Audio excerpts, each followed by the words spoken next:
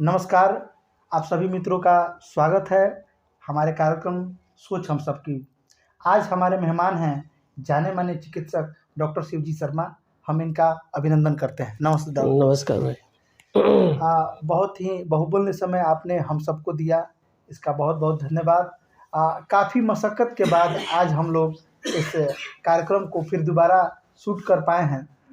हमारे मित्र जो हैं अमर जी का काफ़ी सहयोग रहा और काफ़ी मशक्क़त के बाद आज हम लोग शूट कर पाए हैं। डॉक्टर साहब, बहुत बहुत स्वागत है आपका हमारे कार्यक्रम में। स्वागत है जी। और बहुत धन्यवाद देता हूं कि आपने बहुमूल्य समय हम लोगों को दिया। कार्यक्रम का उद्देश्य तो मैं आपको पहले ही बता चुका हूं। जी हाँ। मैंने बचपन से ही आपको देखा है कि साहित्य में आपकी काफ़ी रुचि रही है, चिकित्सा के क्षेत्र में भी आपने बहुत कुछ किया है। सबसे पहले अपने बचपन के बारे में बताइए। जी, देखा जाए तो मेरा बचपन मेरा गांव में ही जन्म हुआ और हम एक संयुक्त परिवार से थे। परिवार में भी हम लोगों की बहुत इच्छा और बहुत मान-जान था। तीसरी क्लास तक हमारी पढ़ाई गांव पर ही हुई। हमारे पिताजी बंगाल में रहते थे। उसके बाद हम उन्हीं के साथ बंगाल चले गए और वहाँ तीसरी क्लास में मेरा एडमिशन हुआ। एडमिशन भी बहुत अच्छा चला, क्लास भी, स्कूल भी बहुत अच्छा था।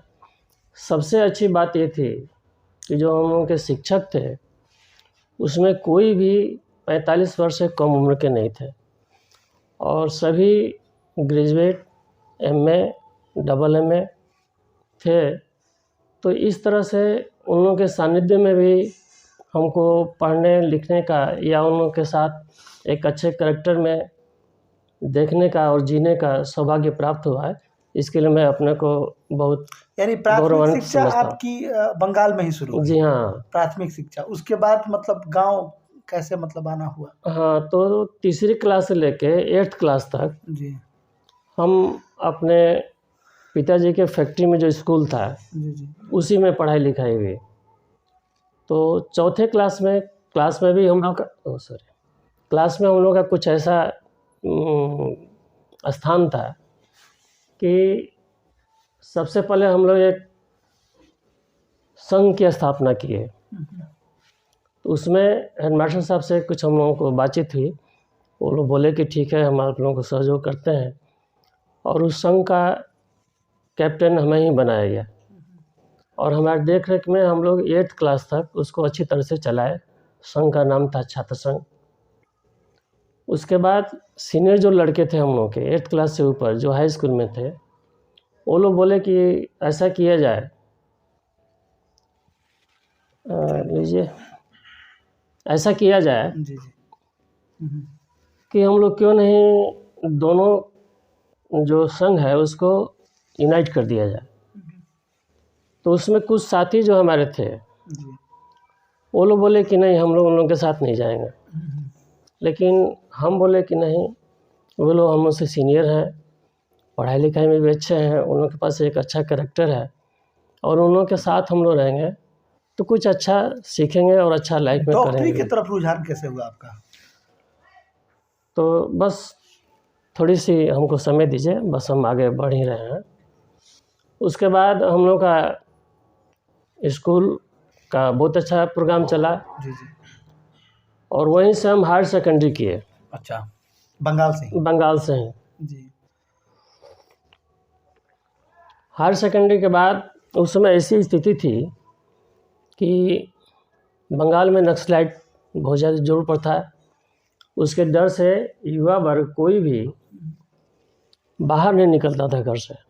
हम लोग महीनों तक। ये किस दशक का बात है डॉक्टर साहब? ये 72 के आसपास की बात है। 72 के दशक? जी 72, यानी इंदिरा गांधी प्रधानमंत्री रही होंगी उस समय? हाँ, उसमें इंदिरा गांधी हाँ। प्रधानमंत्री थी। जी जी तो उसके बाद ऐसा हुआ कि हम लोग घर पर ही शिफ्ट करके रह गए। उसी समय हमारा हायर सेकेंडरी का रिजल्ट हुआ तो पिताजी बोले, थोड़ा स्वास्थ्य हमारा अच्छा था और जो भी नक्सलाइट थे उन लोगों का प्रोग्राम ये था कि जो भी हट्टे कट्टे लड़कों को देखते थे वो लोग प्रेशर डालते थे कि आप हमारा यूनिट ज्वाइन करो नहीं तो हम लोग तुमको मारेंगे। तो पिताजी बोले कि आप गांव चले जाओ, और उसी उद्देश्य से हम गांव आ गए और पटना में होम्योपैथिक में अपना एडमिशन कराए, और डॉक्टरी की पढ़ाई लिखाई 4 वर्ष वहीं चली। पटना? जी। यानी डॉक्टरी आपने पटना से किया? जी हाँ। हाँ। फिर गांव आना कब हुआ? और कोर्स कंप्लीट करने के बाद जी। हम गांव आ गए। गांव आए तो यहाँ भी जो एक डॉक्टरी पेशा था, पेशा तो अच्छा था, लेकिन यहाँ डॉक्टरों की व्यवस्था अच्छी नहीं थी। फिर ये भी कब की बात रही होगी डॉक्टर साहब? ये आपको 81 की बात होगी। तो यानी 80 के दशक में डॉक्टरों के लिए क्या मतलब क्या माहौल था उस समय का और इस समय का, आप क्या तुलना करते हैं? अभी उस तो काफी समय सुविधाएं हो गई हैं। उस समय डॉक्टर बहुत कम थे, और क्वालिफाइड डॉक्टर भी यहाँ बहुत कम थे। कुछ जो डॉक्टर थे वो लोग किसी डॉक्टर के यहाँ कंपाउंड्री कर करके और सिंपल ढंग से अपना काम चलाते थे। तो 80-81 में जब आप यहाँ आए जी। तो आपने अपना प्रैक्टिस शुरू किया? हाँ, गांव में ही? जी। डॉक्टर नहीं होंगे उस समय गांव में? बहुत कम थे। मेडिकल दुकानें? मेडिकल दुकान तो बस मात्र 2-3 ही थी। हाँ। 3 ही दुकानें थी मेडिकल की। आपको किन किन समस्याओं का सामना करना पड़ा अपना प्रैक्टिस चलाने के दौरान? तो चूँकि हम तो किए थे होम्योपैथ से, लेकिन गांव में होम्योपैथ का स्कोप कम था। हम देखे कि जो भी पेशेंट आते थे जी। उनको अगर कोई दवा दी जाए जी। और वो तुरंत फ़ायदा नहीं करता है, तो तुरंत दुकान से जा कर के अपना टैबलेट ले लेते थे और खा लेते थे। उसके बाद बोलते थे डॉक्टर साहब देखिए ना, आपकी दवा हम दिन भर खाए, कुछ आराम नहीं हुआ। शाम को जा कर के हम मेडिकल स्टोर से टैबलेट किन के खाए और आधे घंटे में हमको रिलीफ मिल गया। तो हम बोले कि भाई वो अंग्रेज़ी दवा है, उसका कुछ काम दूसरे ढंग से है, उसका थ्योरी दूसरा है, और हम लोग जो करते हैं उसका थ्योरी दूसरा है।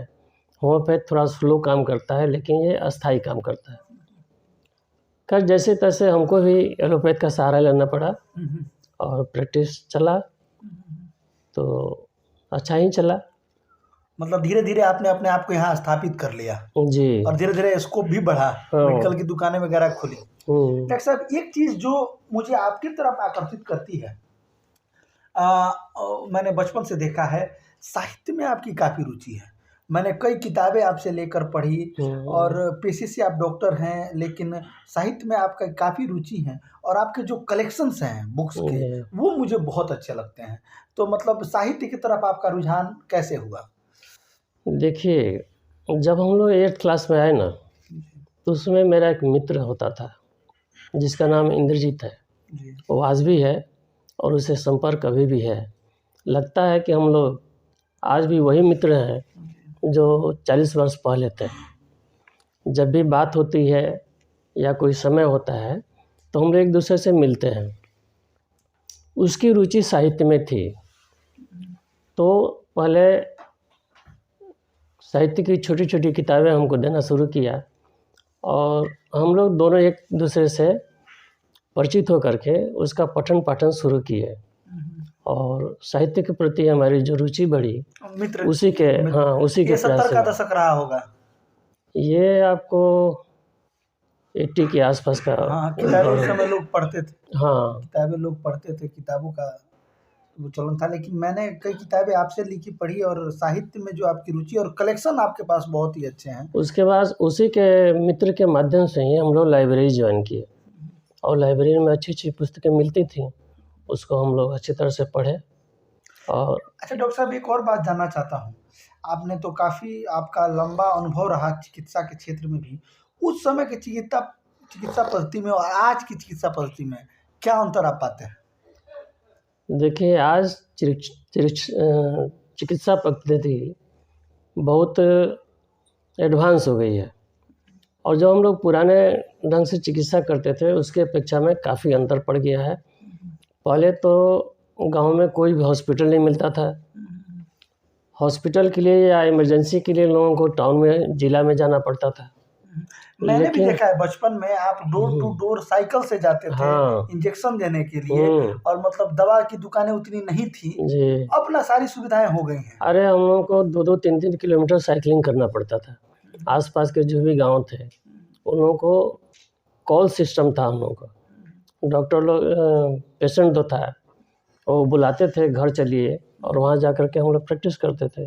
अभी तो टेबल प्रैक्टिस हो गया है, मतलब अभी स्थिति ये है कि डॉक्टर लोग अपने टेबल पर बैठे रहते हैं, पेशेंट आते हैं और उनको देखते हैं। हम लोग के समय में पेशेंट आते थे, डॉक्टर को बुला कर ले जाते थे घर, और इसीलिए हम लोग दूर दूर जाना पड़ता था। और डॉक्टर साहब मैंने ये भी देखा है कि खेल में भी काफ़ी रुचि रही है आपकी। वॉलीबॉल वगैरह भी आप लोग खेला करते थे, जी। तो मतलब खेल में किस प्रकार की? तो खेल तो वो भी बचपन से ही जुड़ा रहा है, हाँ, क्योंकि जब हम छात्र संघ की स्थापना किए, उसके बाद जूनियर, आप छात्र संघ से भी जुड़े रहे? जी, फिर सीनियर लड़कों से संपर्क हुआ।